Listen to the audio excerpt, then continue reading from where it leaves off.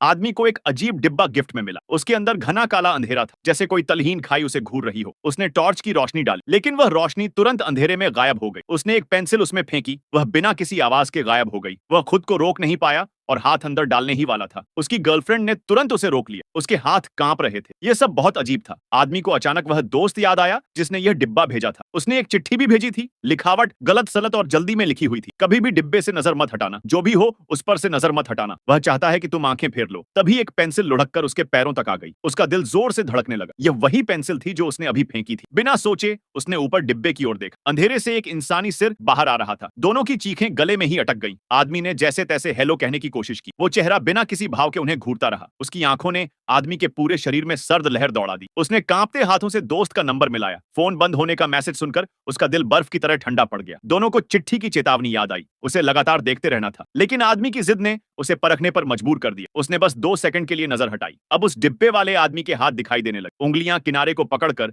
जैसे बाहर चढ़ने वाला हो। उसकी गर्लफ्रेंड की चीख सन्नाटे को चीर गई। वो उस इंसान पर चिल्लाई, लेकिन उसने कोई हरकत नहीं की, यहां तक कि पलक भी नहीं झपकी। आदमी का डर गुस्से में बदल गया। उसने गर्लफ्रेंड को कहा कि वह अकेले डिब्बे पर नजर रखे। उसने उसे बचाव के लिए चाकू दिया। उसे पता था यह खतरनाक है, लेकिन उसे दोस्त को ढूंढना ही था ताकि उससे इसका समाधान मिल सके। आधे रास्ते में फोन बजा। स्क्रीन पर दोस्त का नंबर था। तुम कहां हो अभी? मैं तुम्हारे पास आ रहा हूं। नहीं, तुम्हें डिब्बे को देखते रहना। मुझे पता है रेचल देख रही है। नहीं, तुम बेवकूफ हो। मैंने वह तुम्हें दिया था। तुम्हें ही अपनी नजर रखनी है। आदमी का खून जम गया। उसने तेजी से गाड़ी मोड़ी और घर की तरफ भागा। घर पूरी तरह अंधेरे में डूबा था। गहरा सन्नाटा था। टॉर्च की रोशनी अंधेरे को चीरती हुई आगे बढ़ी। डिब्बा गायब था। उसकी गर्लफ्रेंड भी गायब थी। बस फर्श पर पानी के निशान और वह अकेला चाकू पड़ा था। पानी की लकीर बेसमेंट तक जा रही थी। उसके पैर कांपने लगे। कोने में एक परछाई हिली, लेकिन तुरंत गायब हो गई। वह घबराकर पीछे हटने लगा। अचानक सीढ़ियों पर 4 काले साए खड़े हो गए। उनसे पानी टपक रहा था। उसने तुरंत पीछे मुड़कर देखा।